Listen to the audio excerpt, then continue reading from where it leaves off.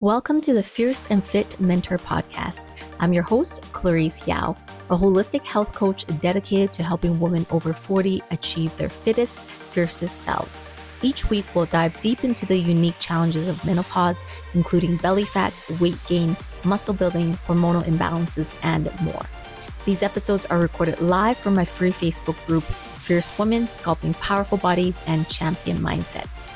Be sure to check the link in the show notes to join our incredible community and access free content, challenges, and resources designed just for you.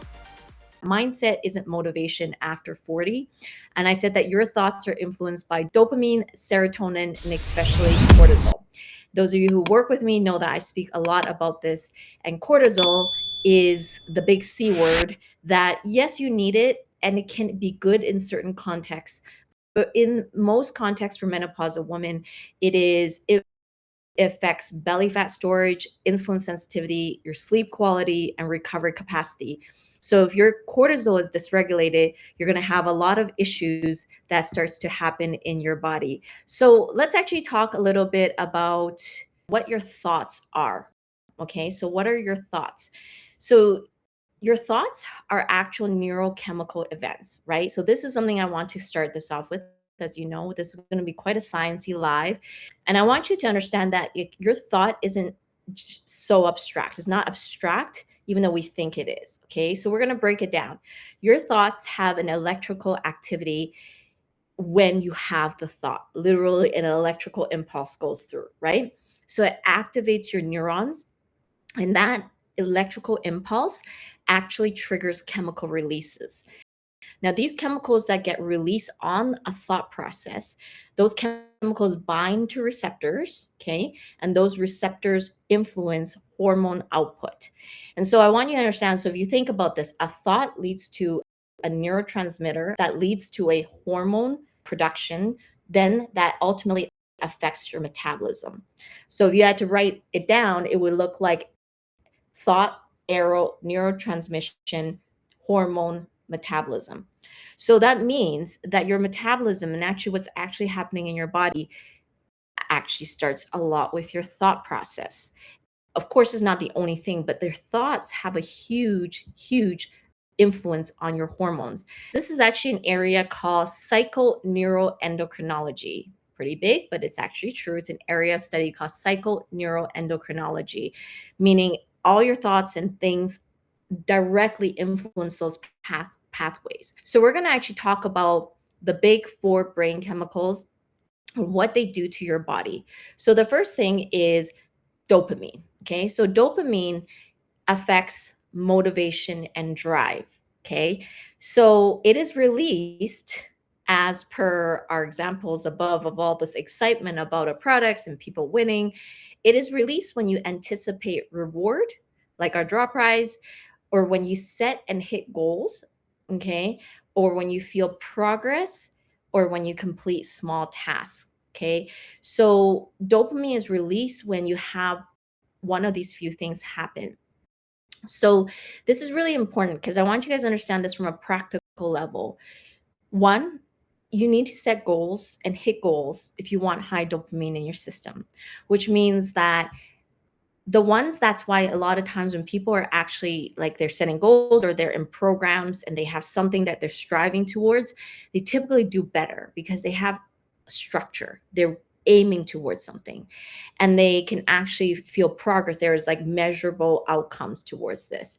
And as you know, maybe as an example, Kat right now, I've only given her a few things to change, but like every time they're going to change one thing or you do this, or Jackie as well, like every time you're like, okay, I need to do this, or I need to fix this inflammation marker, I need to take this out of my food, your dopamine actually rises. So like every time you get some like an instruction, a task to complete, dopamine rises. Why is this important? Because after 40, low dopamine means that like you drop off in your dopamine. So you're going to actually have lower drive. And this is, I would like people to put here if they feel like as they've aged that maybe their drive has dropped off, their motivation has dropped off. Typically, if you have low dopamine, you'll feel unmotivated. You may stop tracking, you stop lifting heavy, And then maybe you see quicker dopamines like sugar or scrolling social media is another quick dopamine hit. Now, let's think about this as well in terms of dopamine. So, chronic stress lowers baseline dopamine sensitivity. So, when you're constantly stressed or you're, constantly frustrated, let's just say in your life or job, or even for a lot of women in menopause is frustration with their body.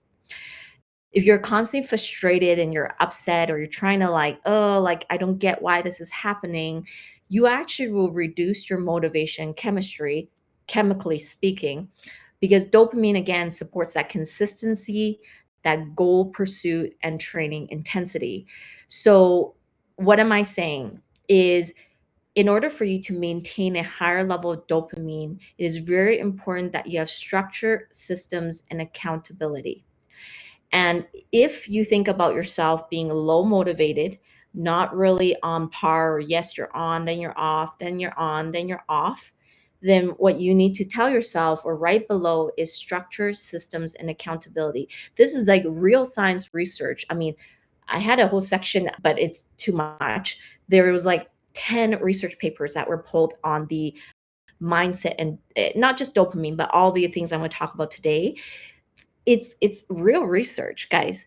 Is like if you don't have a structure and you just going winging it, going to the gym, half doing this, half doing this, with 40, 50, 60, 70s, your dopamine is dropping off. You need to maintain a very firm structure, system, and accountability, and that consistency in your dopamine will rise. Okay. That's why people do better in like challenges and things that have really strong structure and accountability. Okay, so secondly, let's talk about serotonin. So serotonin relates to stability and confidence. It is typically released when you feel secure, you feel respected, you feel internally satisfied, and this is important, you get morning sunlight. So serotonin relates to sunlight, but also when you feel good, like when you feel safe and secure. If you have low serotonin, you will typically increase in emotional eating, carb cravings, and mood swings. Okay, so again, thinking about it for yourself, do you have any of this emotional eating, carb cravings, or mood swings? Typically in perimenopause, when estrogen fluctuations occur, it really affects serotonin production. So this relates to your estrogen fluctuating and declining. So estrogen directly enhances serotonin receptor activity. So when you have higher estrogen, you have better like serotonin receptivity. Okay. So typically, you will feel better when you're, in your 20s, 30s, even 40s, because you have better reception to these feel good hormones like serotonin. But when estrogen declines, your mood regulation becomes more fragile because serotonin uptake is not as easy or as receptive, right? So this is why in your 50s or 60s or 70s, it's more easy to have mood swings, to have more instability in feeling lower, sometimes feeling even like slightly maybe depressed, low, not feeling the greatest. This actually has connection to serotonin. Okay. So, why is this important? Because the thing is, serotonin is important. Obviously, it gets released when you feel good, right? So, this is why we need to work a lot on mindset. Mindset is crucial because if you don't control how you think, this will affect already a lowered serotonin production in your body. If you are in your 40, 50, 60, you already don't have as great of serotonin production. So when I say mindset, working on your mindset, okay, one of the things I want to talk about is clarity. Okay. Clarity of thought, clarity of understanding why your body is doing what you're doing, which is why a lot of you come to my lives. And the reason why a lot of you come is you want to understand your body. And I think one of the things you guys are doing, the plus for you is that you are seeking to understand. So when you understand your body better, you do in some way, of course, it's not like a direct pathway, help yourself improve serotonin in your body. So good job, everyone. However, there's another part to it is clarity in understanding what to do. So if you are uncertain and you are always like, I don't know if I should eat this or if I should eat this, like Jackie before, she was like, oh no, like I thought this was healthy, or then I don't know even the things I thought was healthy, which she's finding out that a lot of things, as I've helped her, she thinks is healthy was not healthy and had inflamed her body, right? And she's in that she has an insulin resistant belly. And so it's like, when your mind is always like, is this right? Is this not? Is this inflaming my body? Is this not? Should I put my macros together like this or not? Like, what should I do? When it's uncertain, this actually causes more instability in your brain structure. It will affect eventually the downstream effect of belly fat on your body. So, this is why having certainty is very key, is that if you're always guessing and you don't know what to do, I do this or do this, I don't know that, this often again creates that lowered production of the serotonin and dopamine, and relating to cortisol, which I will talk about. Okay. And if you also said, hey, I'm often not so motivated, I'm not so like, I feel my body is, I don't feel as energized, I don't have those neurotransmission, maybe it's all the uncertainty guessing. Another one too is guessing on your workouts. Yeah. If you're always guessing which one I should do, or you're like jumping around, like I said, hopping from YouTube things to YouTube things, again, that uncertainty does actually impact you on a neurochemical level. Okay. So put below if you feel like you are guessing a lot, because if you're guessing a lot, like remember the effects of lower serotonin. Okay. Lower serotonin means you have more emotional eating, more carb cravings, and more mood swings. So even if you don't know if you're guessing, let me ask you this, right? Do you have carb cravings? Do you emotionally eat? And do you have mood swings? Answer that for me. Do you emotionally eat? Do you suddenly at night want to eat some things that you didn't want to eat earlier? Do you have carb cravings? Do you have mood swings? Because that partially answers some of the questions, right? So the next hormone we're going to talk about is oxytocin. So oxytocin is the safety hormone. Okay. So we all know this because when you have a relationship, or you have your children, or you hug someone, because I love hugs, this releases oxytocin. Oxytocin is released when you feel connected, when you feel supported, when you feel compassion towards others, even towards yourself, or you're physically affectionate, or you feel belonging. This is all really important. So this is why, as well, like for example, even like these things, as much as I talk about this fierce woman community and the symbol, and eventually if some of you have this, or you're wearing the bag or the shirt, it actually increases oxytocin. Why? Because oxytocin goes with belonging, goes with like, hey, like I'm fierce, I'm part of the fierce woman community. Like it increases the hormones that project, I'm part of something, I belong to something. And this is why it is powerful when you are part of a movement, part of something bigger than yourself. That's why people do well in those types of things, right? And so oxytocin, what you have to understand, this feel good hormone, is oxytocin reduces cortisol. It is the buffer chemistry. So when you have oxytocin, it buffers stress. Think about new moms. Now, new moms are chronically stressed, unbelievably stressed, but they also have super high oxytocin, right? Like for their children, their baby, they're holding, and it helps buffer the intense get up every few hours to feed your child. It buffers all the new things of being a mom. Why? They have intense cortisol, but intense oxytocin that buffers it. Yes. So this is why community-based programs work better than isolation. So like when you're again part of a community, or whether you're doing a 14-day challenge, or you are part of a program like BioRevive. I know BioRevive is really supportive for a lot of ladies as well. I know for our muscle accelerator, we just had a muscle accelerator class, and it was so powerful, right, Debbie? It was so powerful to have all those MA ladies on our class. Why? Because there was oxytocin. Literally, when you share, every MA lady shared about their experiences, about mindset. It was a mindset live I did with my muscle accelerator, and it was so powerful, everybody being able to support each other. That increased oxytocin, right? You cannot white knuckle your way through menopause. You cannot white knuckle your way to fat loss. You cannot white knuckle your way in menopause and perimenopause and postmenopause. Your nervous system is top priority. And the only way your body is going to respond really well to you is if your nervous system feels safe. Is if your nervous system feels safe. If it does not feel safe, your body will stop a lot of things. And chemically speaking, for you to feel safe, you need these good hormones or neurotransmission chemicals like dopamine, like serotonin, like oxytocin to create a very safe environment for your body to be like, I'm okay. I can release fat. I don't have to stay stuck, right?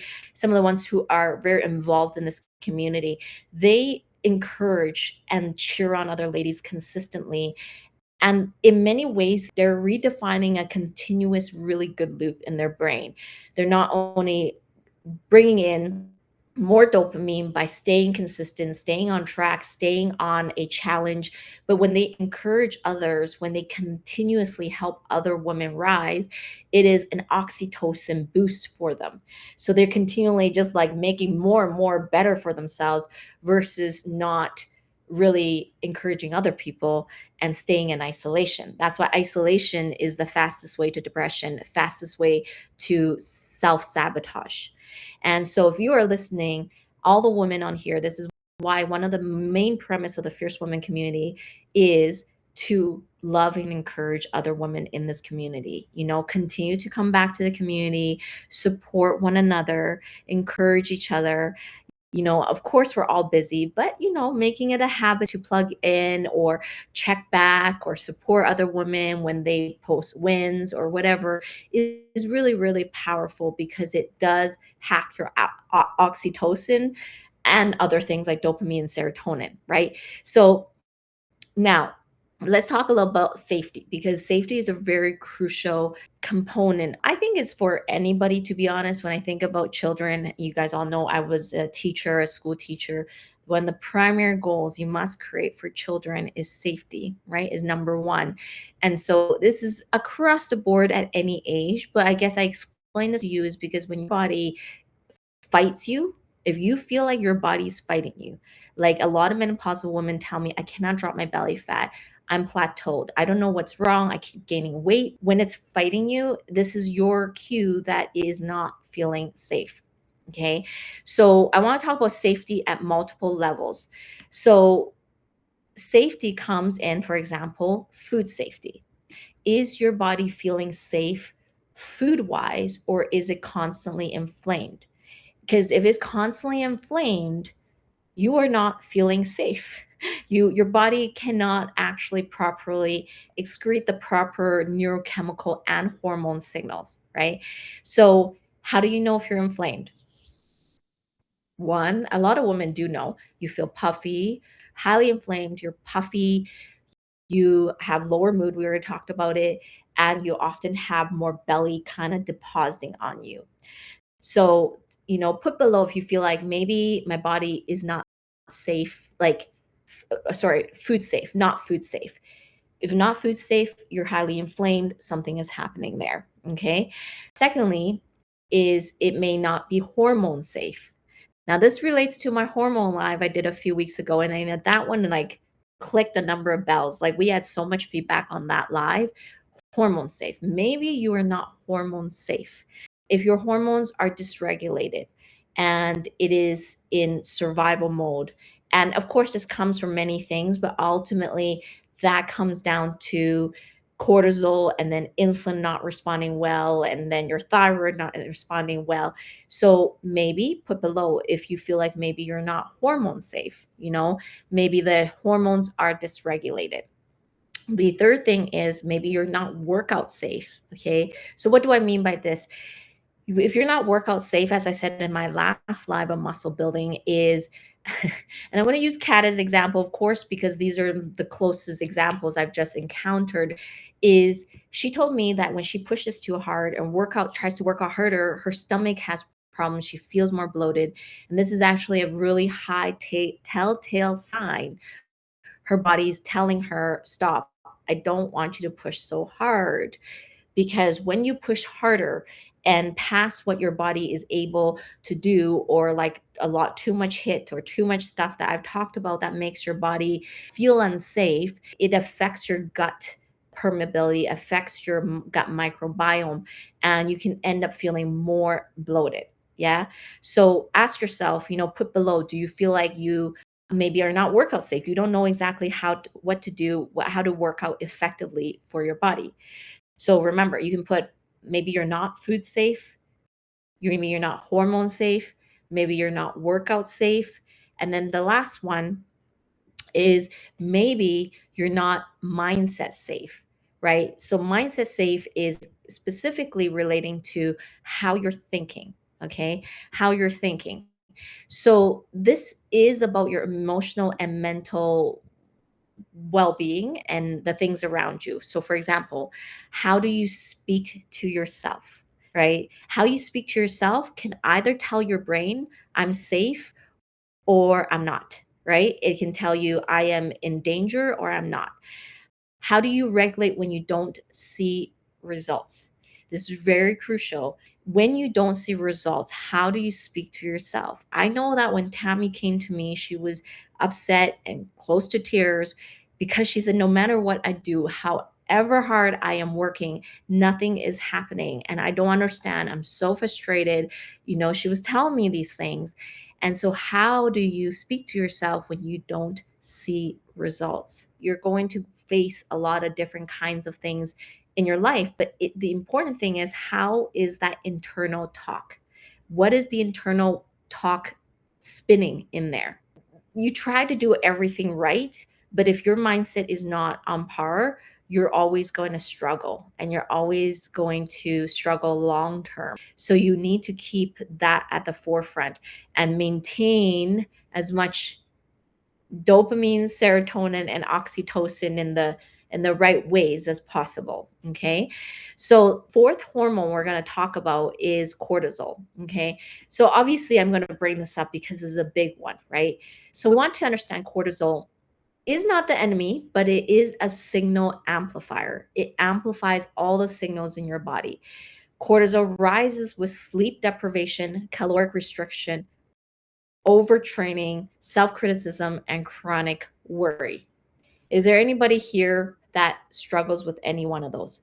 Sleep deprivation, caloric restriction, overtraining, self-criticism, or chronic worry? Any one of those for you guys? Because cortisol will spike in those situations. Okay, so high cortisol, what does this lead to? We know this already, but I'm going to bring it up again. Okay, what does this lead to? It leads to increased abdominal fat storage, impaired insulin sensitivity, which often leads to more belly fat, right? Impaired insulin sensitivity, reduced T4 to T3 conversions, impact on gut permeability, and reduces progesterone availability.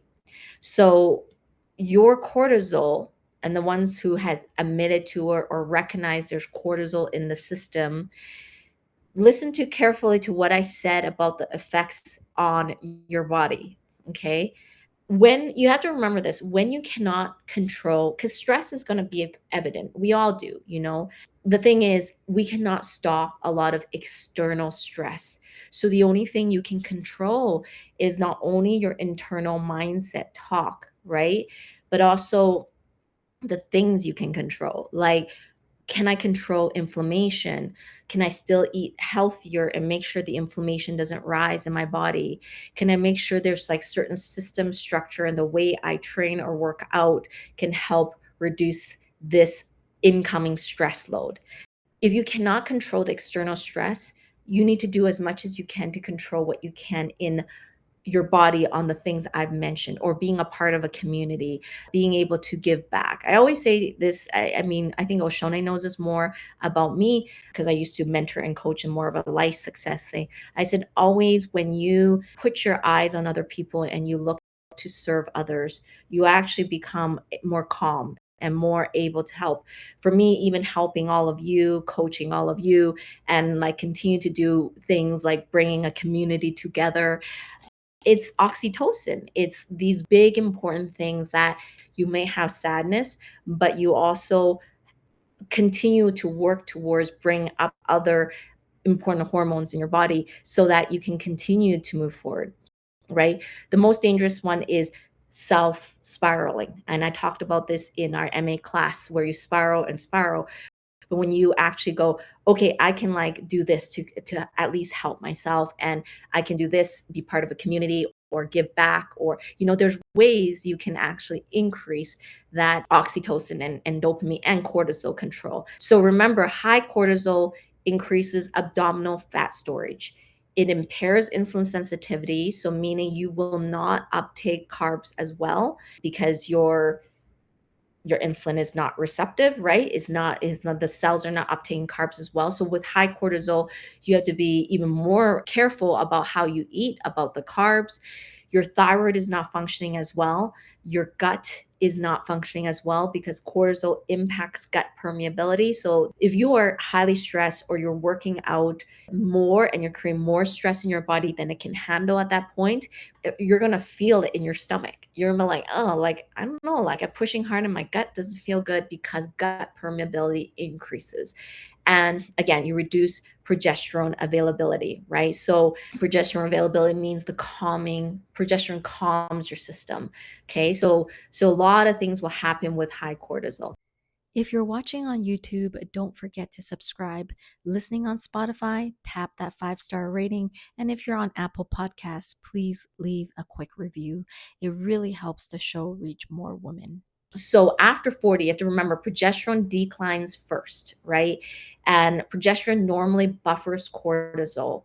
So stress will hit much harder after 40, 50, 60s because your estrogen drops, your progesterone drops. So what do you have left? Well, what you have left is your mindset matters more than before. Your mindset matters more than in your 20s or 30s or even 40s. Your mindset as you go into your 50s, 60s, 70s becomes this really important component and neurobiology to maintain your health. That's why I love the topic of mindset, because a lot of people try to do all these things of like workouts and everything, and they forget that this here, this 8-pound mechanism here determines a lot of your results, right? And so for a lot of you, I want you to think about this. Your mindset, do you have self-sabotaging mindset thoughts? What have you said to yourself that you feel like might not serve you? And I actually want you to put it below because I want you to identify it. I'm going to give you a few examples I've heard, but I've heard nothing works anymore. Okay. That's a bit of a, because it's how you feel, but it's also if you feel like, oh, nothing works, it's like it's not going to work. It's like the mindset is stopping you, right? Or my body is failing me. Veronica DeMille had said it on my digest. Like she hears a lot of women saying like, my body isn't working anymore. My body is failing me. And these are mindsets that will self-sabotage you if you speak those out and really like believe into it, right? This is another thing is like a lot of people says like, I'm so confused. I don't know what to do anymore, right? And it's a legitimate, it's to acknowledge the feeling, but it's just that it's like, what are you going to do from there, right? Not sticking in this like limbo mode, right? Of like, I don't know what to do. What should I do? What's inflammatory? I don't know. This person says fasting is good. Then this person says fasting is not good. Then I heard that I should do GLP patches. Then this person says don't do GLP patches. Then this person says like, I mean, I'm hearing it all over the place right now. Yeah. Oh, GLP is the next biggest thing. Yes. Okay, great. Awesome. Yes. I mean, there's reasons you can use it, but there's also reasons why maybe it's not that great. There's reasons why you want to fast and reasons maybe why you don't want to fast, right? And so this is why getting clarity is really important, and getting a structure. When you jump around a lot, it just confuses your own mind all the time. And look, is there going to be new research and new things that will come out that may eventually give more insight on one area to another area? Always. Look, the past 30 years, 40 years, how much research has come out on this and that and this? The world of learning and science is never ending. Okay. Next they're gonna discover a DNA strand and something is going to happen and then you're going to find out this next new thing, right? Like there's always going to be something, right? It's never ending. The thing you have to understand is that you're going to have to choose what actually works in your situation right now. Not like, well, what if something else better comes up? Or what if new research comes? Well, you know what? You're going to have to choose right now the best plan of action for your body based on your current situation and what you understand about your body. That's why I always say is stick to a plan, stick to a certain coach and philosophy for a while, and by sticking to a plan, you will do amazing. Now, will there be new research or you go on to learn other things? Awesome. That's good. Maybe you will.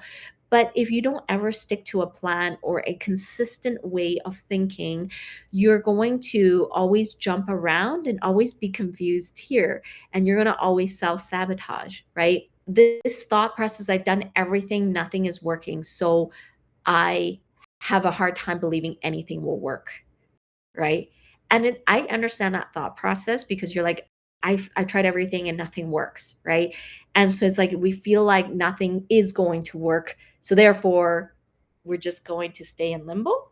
We're just going to stay in undecided mode. We're just, and these are normal feelings of doubt, right? Like it's a doubt of like, what will work? Will it really work for me? Like it's very common, even if it's not 100%. If something can help you get 50 to 70% further than where you are. Maybe it's not perfect because perfection doesn't exist.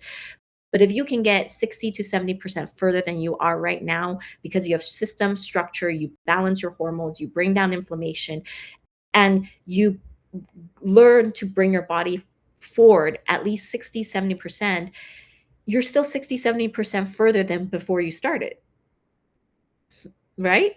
So it's about mindset. That's why it comes down to mindset. Talk to yourself like, okay, there's a lot of confusion, but like based on my body right now, my body I know is maybe high cortisol, or I feel like I have a lot of belly fat. So what makes the most sense right now for my body?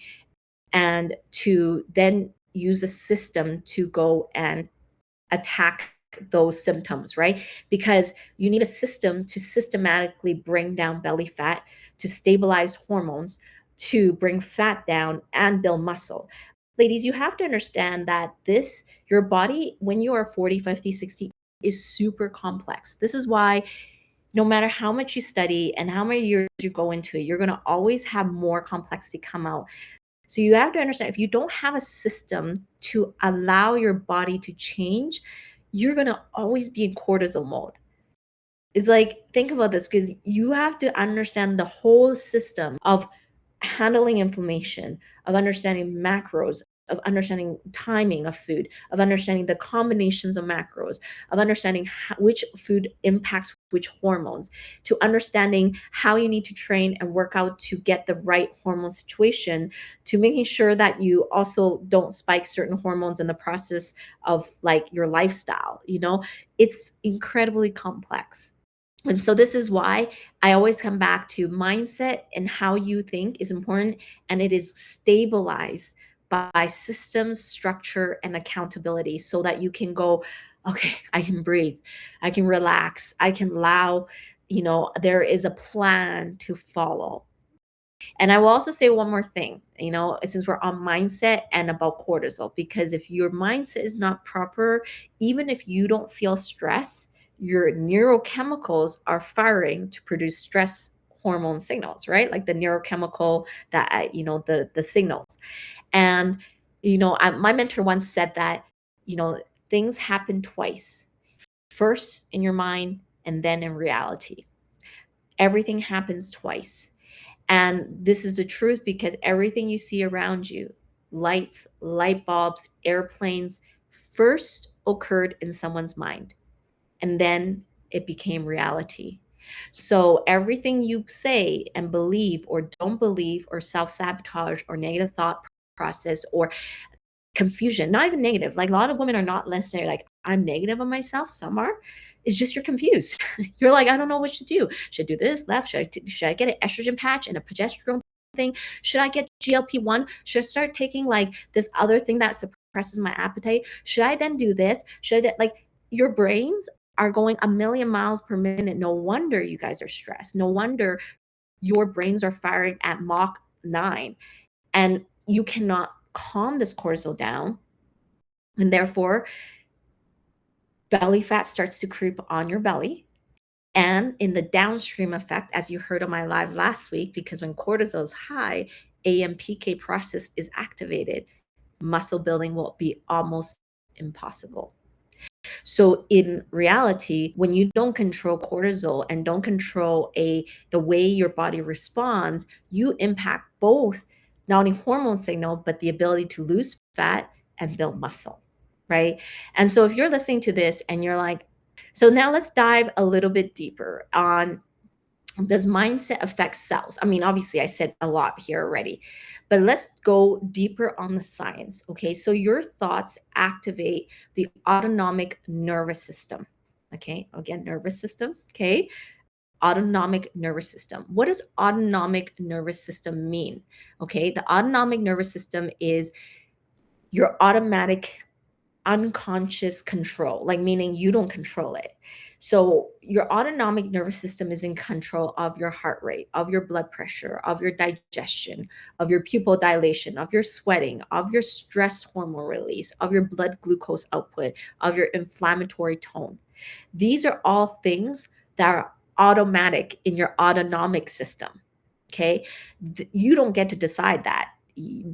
Your body decides this automatically based on the inputs you give it, right? It automatically will affect all these things.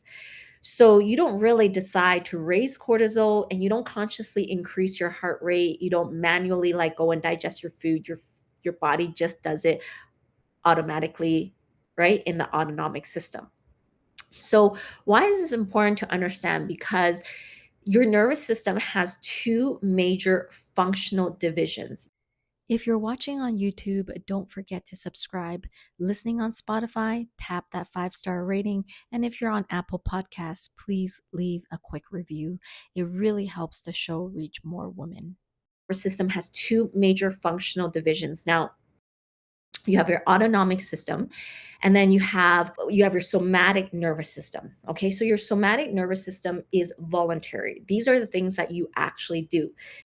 This is the nervous system that's like, go lift a dumbbell, go walk, type, speak, dance. This is the stuff we're like telling our somatic nervous system to like do things. Yeah. This is conscious and it's controlled, it's motor control, right? And so this is like voluntary. That is great.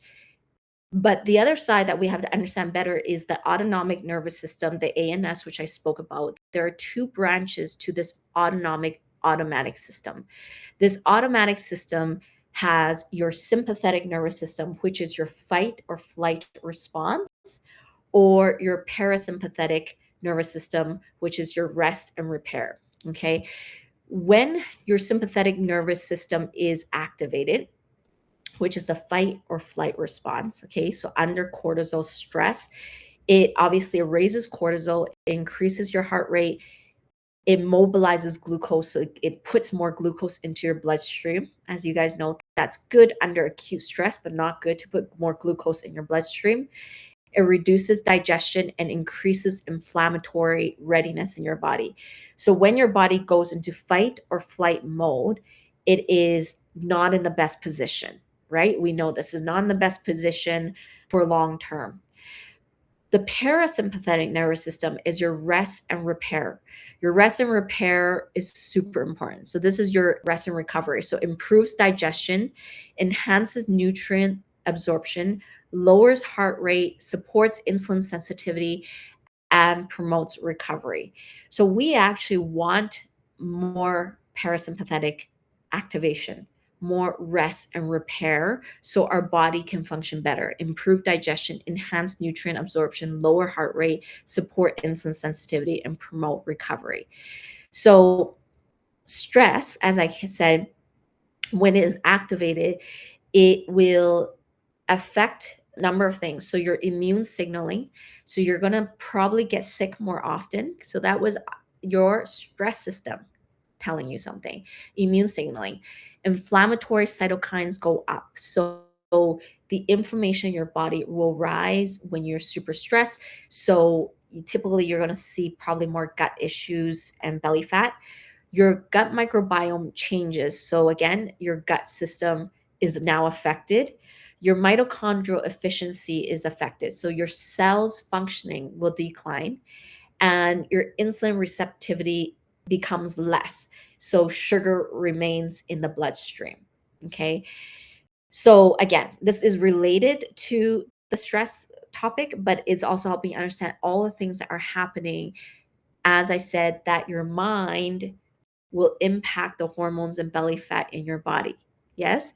And so chronic stress are associated with increased interleukin 6 and TNF alpha inflammatory markers.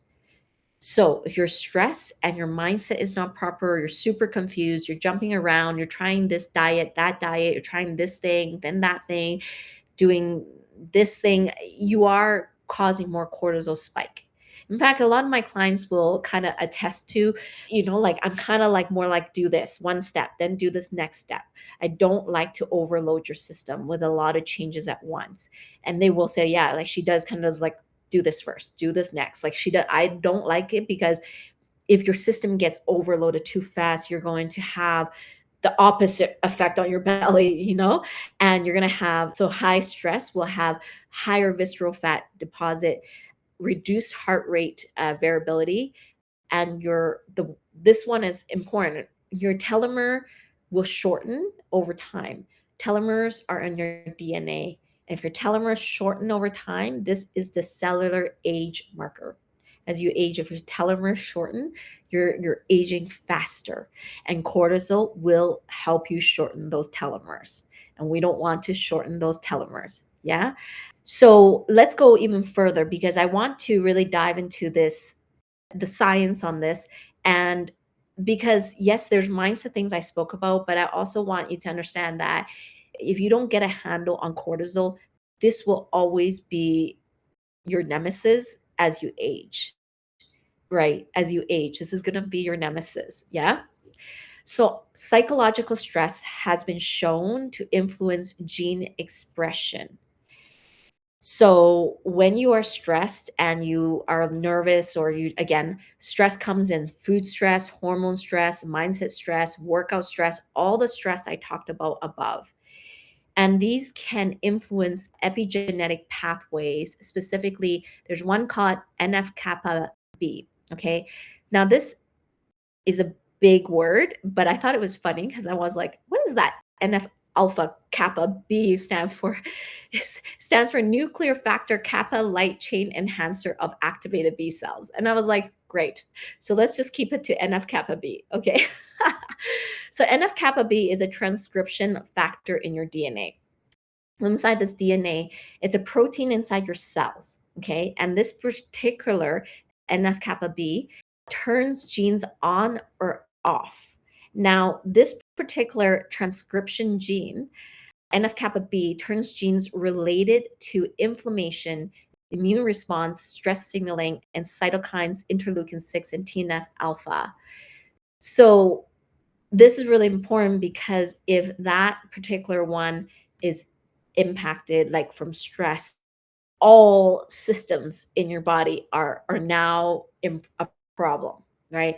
And I have to say, if you have a belly fat, if you struggle with belly fat, your body itself is already in a cortisol state. Okay. Now there's different variations of cortisol states. There's ones who are like crazy, like Debbie last year, and others where we have already controlled a lot of this, and it's a lot more controlled, but that belly fat still needs to slowly come down to continue to optimize your hormone response. Okay. So this gene expression, or this NF kappa B, it's influenced by epigenetics, which means by your lifestyle, by what you do on a day-to-day basis. You can turn on this gene or turn off this gene. So, under psychological stress, stress activates the HPA axis, your hypothalamic pituitary adrenal axis. This HPA axis up here, it does a whole bunch of pathways, sends it down to the adrenals, and wants to excrete cortisol out. Okay. So when stress activates this HPA axis and cortisol rises, your stress hormones and inflammatory signals actually activate the cellular response in the NF kappa B. And inside the cell, that NF kappa B enters the nucleus of your cell. Okay, so that specific gene coding. And then it turns on all your not all, let me rephrase that, it turns on some of your pro-inflammatory genes. So this is really important because this, again, your stress, your mindset, even if you don't feel stress, remember, I always say this, you may not feel stress, but if you have stress from food, if you have stress from hormones, if you have stress from your workouts, if you have stress from poor recovery, if you have stress from poor sleep, these things will accumulate. And on a cellular level, just like the AMPK process, which is related a little bit more to muscle building, but this process, the NF kappa B, it is turning on your pro-inflammatory genes. And do you know where most diseases start? Does anyone know? Most diseases start from high inflammation in your body. So you have to understand one thing. When your body is under inflammatory attack, that's when your body releases a lot of pro-inflammatory molecules, like I said, interleukin 6 and TNF alpha. And small amounts are good, like obviously fight off, if you're sick or, but I'm talking about chronic. Again, we're talking about chronic. And a lot of like cellular mutation, free radicals and things, start to like malfunction, and mutation happens under high inflammatory states. That's why actually, if you kind of study into it, the people who have constant more mindset issues or psychological like depression or certain things, whether it's like, certain disorders, they typically get more sick more often. Or if somebody, as you might have experienced, if you've been really stressed, you're more likely to get sick because this is all related to inflammation. And high inflammation that is not dealt with eventually becomes many forms and different types of diseases. Now, there is, of course, genetic predisposition. Yes, there's going to be some things in some people's genes and DNA that makes them more susceptible to certain diseases. But the epigenetics, just like I have said here, the turning on of the gene and turning off of the gene is influenced by lifestyle. So if the inflammation is not dealt with, they turn into things like arthritis or gastritis, or lupus is inflammatory, psoriasis, like inflammatory things.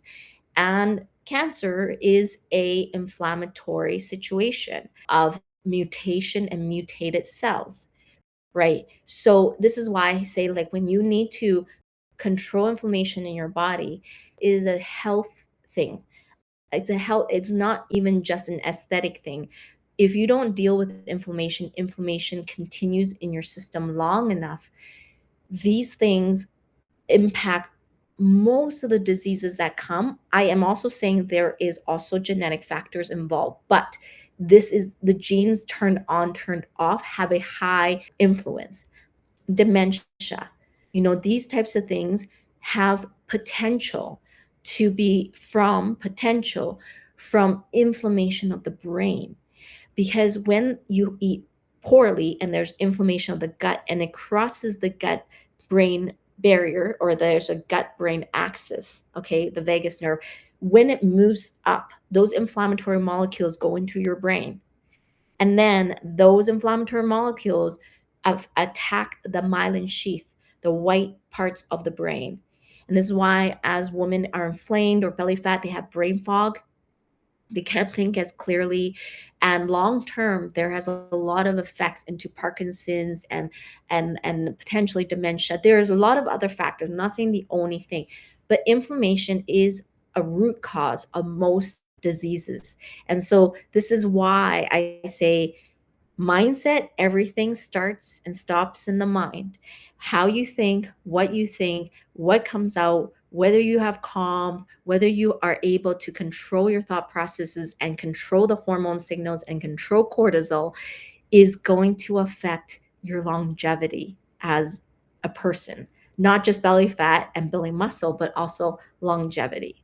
But if you're listening and you're like, I need to learn how to better control inflammation or cortisol, I want you to put inflammation and cortisol below. Okay, because this is more important than you think. If you're constantly in gaining weight, losing weight, then gaining, and then belly fat, and then no fat, like it's like your body is very stressed. And if you are not sure if I should do this or this, your body is signaling lower dopamine, lower serotonin, lower oxytocin, higher cortisol, then this is all impacting your actual health. So put inflammation or cortisol below if you believe you want to better understand how to control that. Okay. If you're watching on YouTube, don't forget to subscribe. Listening on Spotify, tap that 5-star rating. And if you're on Apple Podcasts, please leave a quick review. It really helps the show reach more women. So let's kind of also talk a little bit about why calm and gratitude and connection is super important. Okay. The thing I want you to think about is this. Okay. So when you are stressed or angry, or there's resentment or shame or upset, or just these not healthy mindsets, your sympathetic nervous system is elevated. Like I said, your glucose is output is higher, its insulin is dysregulated. But when you actually focus on, so this is that solution part, when you focus on calm, gratitude, and connection, and this is not super easy. You have to make an intentional effort, right? Like right now, yes, obviously my dad is going through a lot, but I'm very grateful. I have time with my dad. I'm grateful that we are giving him the best care. And so I always am trying to reframe in my mind, when you can stay calm, be grateful, and stay connected, your parasympathetic nervous system activates and your digestion improves, you improve your insulin signaling, and you lower your inflammatory load. So everybody, I want you to write a word below, which is gratitude. Okay. I talk about this a lot, and those who know me very closely know I always speak about this, about gratitude. If you can, in any circumstances, have gratitude and always give thanks, even when your body is not responding. Yes? Even if your body is not responding, you can have gratitude and give thanks. You're alive, your body is functioning, you have good food to eat. Maybe you have a great program you're in, or a coach who cares, or whatever. Gratitude is so important, and it literally changes signals in your brain. Okay. It literally changes signals in your brain. Okay. It literally changes the systems and your stomach and your digestion. Everything improves and you lower inflammatory load. And so let's talk about this a little bit more and why this matters more in menopause. After 40, estrogen becomes erratic, progesterone declines, your sleep quality often decreases, your muscle becomes harder to build, and your insulin sensitivity naturally drops. So, what happens after 40 is that the cost of stress is higher. And if you're taking notes, I want you to write that in there. The cost of stress is higher. That's why, again, I know I don't go through the little booklet, but this one, on the mindset one on my booklet, is just, what are your thoughts?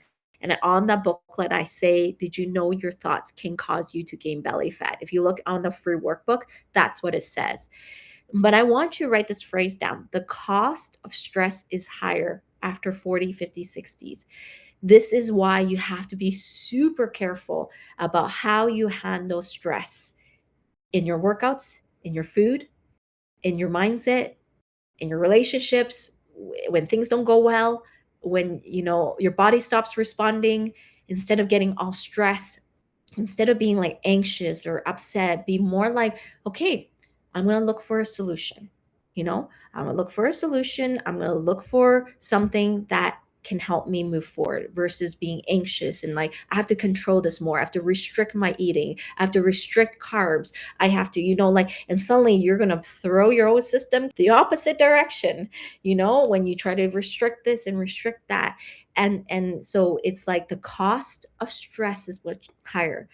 Couple of things the last part I want to talk about here is like, how do you increase each of the neurochemicals in your brain? Okay. So first, if you want to increase dopamine, you need to track measurable progress. Okay. So this is why, again, the ones who are in my program, your weekly photos, metrics are super important for me. And that's why when you're in a system and we're tracking everything, this helps increase dopamine. Okay. Increasing dopamine also is about lifting heavier, but not to a degree that it spikes your cortisol. But this is where progressive overload is super important, and understanding how to have the right types of progression in your lifting, as I've talked about, can help increase dopamine. And that's why MTP is important, because how you lift matters. Completing small daily wins, doing little things every day to get daily wins that will help increase dopamine, and reducing scrolling at night just mindlessly on social media at night will help increase dopamine. Okay. And so just to, again, for this one, if you feel like, again, I've said this earlier, if you want to increase dopamine, it's about structure, systems, and accountability. So again, if you don't have that in your life, you need to think about structure, systems, and accountability, or put that below structure, systems, accountability. Secondly, if you want to support serotonin, you want to make sure you have morning sunlight, get the sunlight in, and see the sunlight. You want to ensure you get enough protein.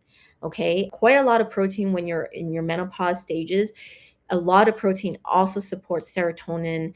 It has to do with tryptophan and stuff like that. So you need to have really good amount of protein in there, but healthy protein, not just any kind of protein, not just like protein that inflames your body. Like, like a lot of things I say, like shakes and things like that, I'm not a big fan of. Like, just being careful about what type of protein. So you need to have more protein. To support serotonin, you also need to ensure you have good gut health. Is that gut health is super important to what's happening. So 90% of your serotonin are in your gut. 90% of your serotonin. You guys hear that? 9 out of 10 of your serotonin is in your gut.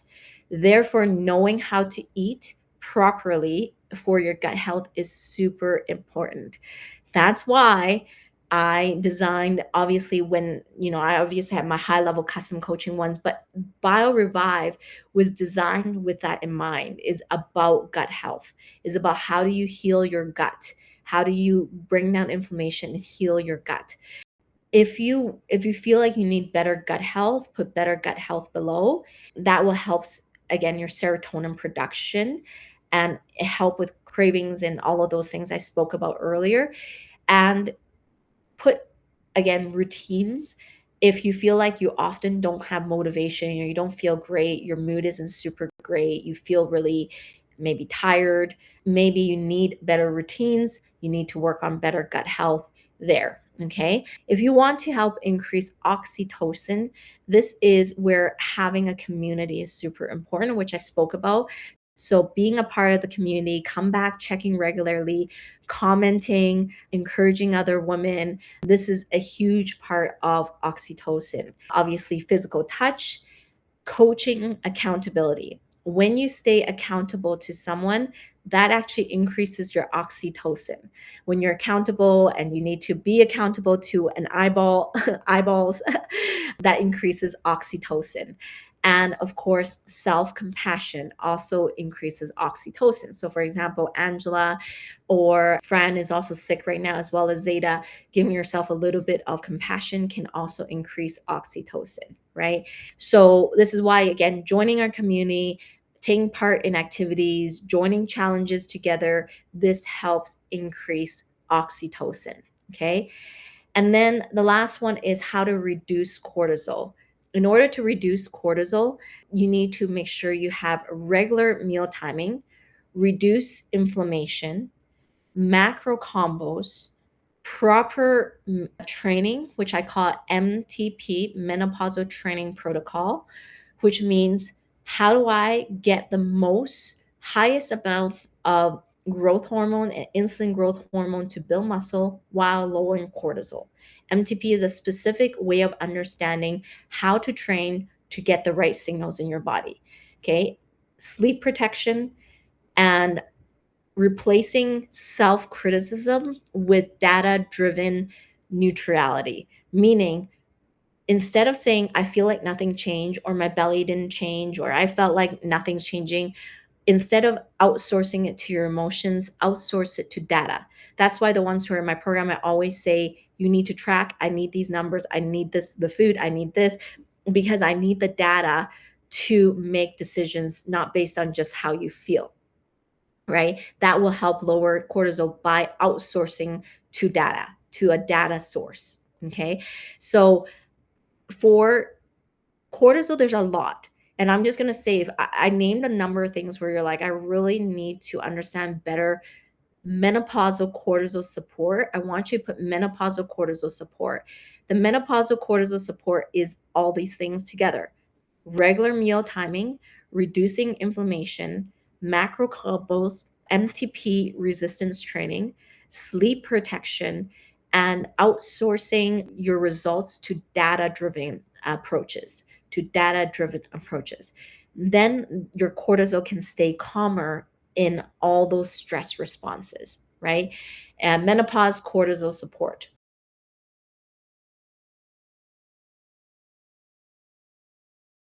So the last thing I will say, the last mindset thing, and then we're gonna have log off of this. So is in this live, obviously, like I know that I've done lives purely on mindset, on just how you think. I know in this live, I really went onto the hormone neurotransmission, into the DNA transcription process, right? And because obviously Clarice is geeky that way. And I love it because I love being able to, instead of just say, this is why you should just be grateful. It's like, this is why in your body, neurochemically speaking, this is actually happening. Right. And that you fully understand that when I say you have to control inflammation, or you have to control macro combos, or we have to control the way you work out, is not just like saying it, it's that you understand on a scientific cellular level why this is super important.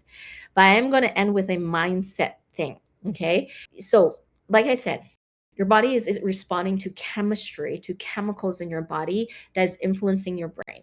But specifically on just a mindset, like more just talking about mindset itself, one of the most common things I see in menopausal women is a all or nothing mindset. All or nothing mindset, where it's like, if I cannot do this well right now, I don't want to do it. Or it has to be the right timing before I start anything.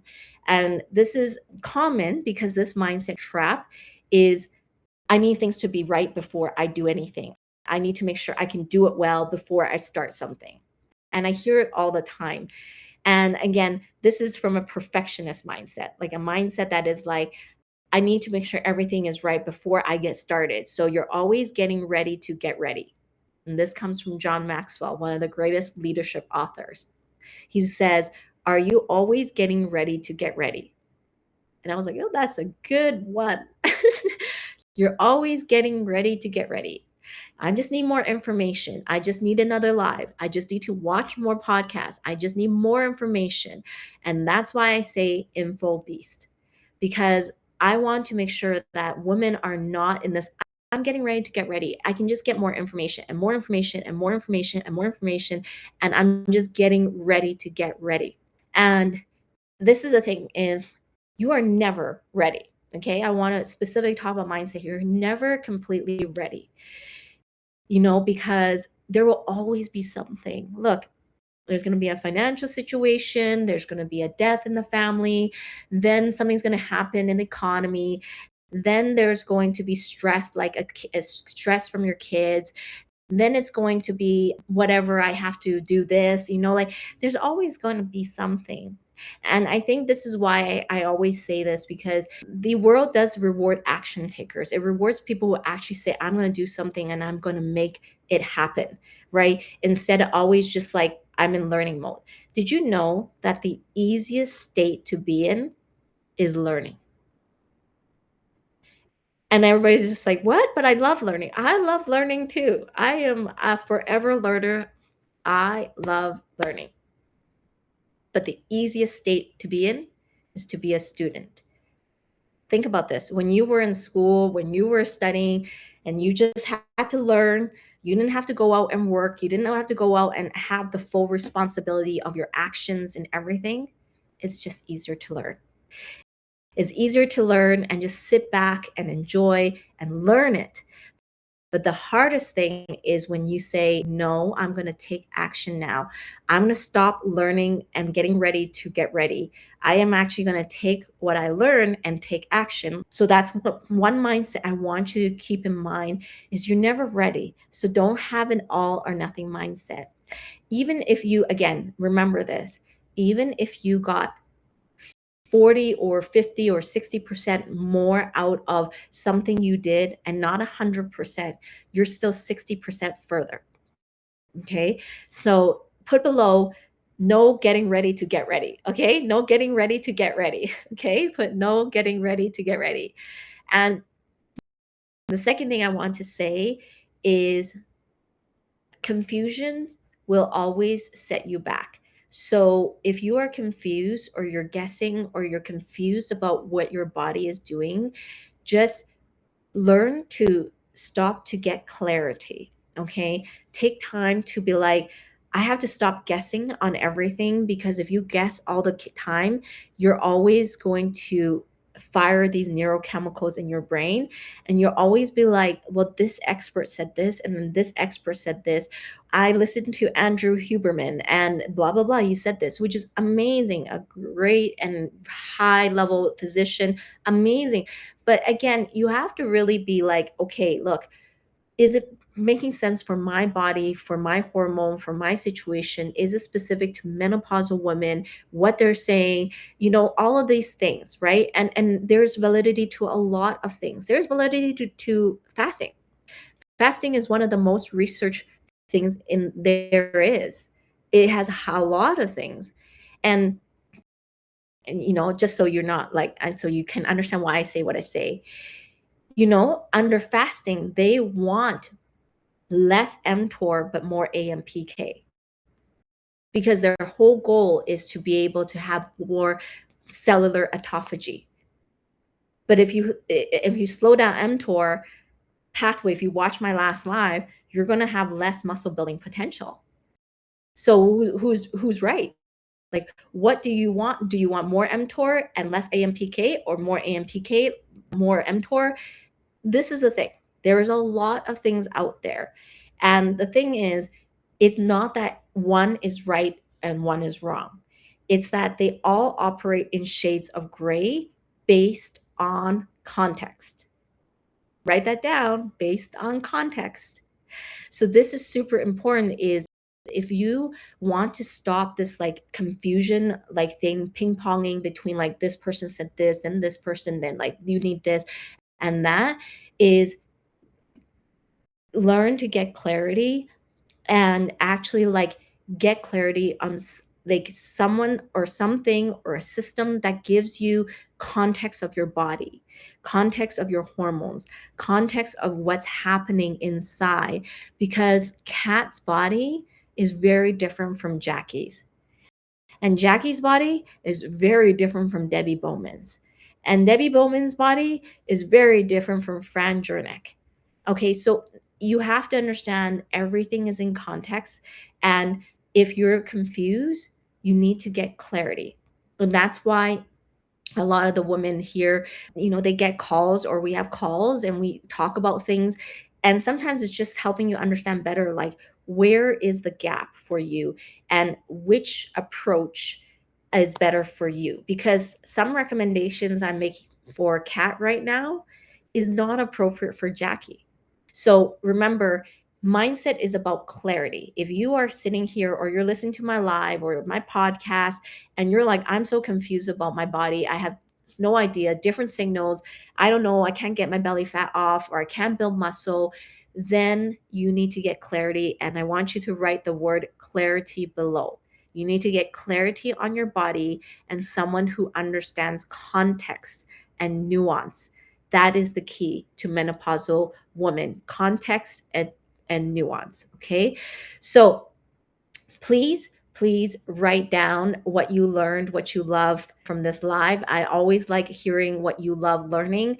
This is a different mindset live. I know most of my previous lives were more specific to mindset. This was mindset with hormones and neurochemical and DNA expression, which is my area of specialty because I love this area, right? So I hope that you guys are excited about obviously all our nice, beautiful things coming down the line and my store and everything. And keep checking back on Friday. We try to post something for you to vote. I want to get that store up soon, hopefully very soon, but again, some details. So yeah, put what you love learning. I really love hearing it. And like I said, the more I do for all of you and serve you, I also feel better as well. My oxytocins are higher and it helps me as well in my period of my life right now. And thank you to everybody who added kind words about, for my dad. And I appreciate all your love and support. So sending all lots of love to you and make sure to check back. All right. Good night, everyone. And have a great night. Thanks for tuning in to the Fierce and Fit Mentor podcast. If you enjoyed this episode, be sure to hit the follow button on Spotify, subscribe on YouTube, or wherever you're listening so you never miss an episode. If something in this episode resonated with you, please leave a review or share it with a friend who'd love it too. Your support means the world and helps us reach more amazing women like you. Until next time, stay fierce, stay fit, and let's keep building your most powerful self.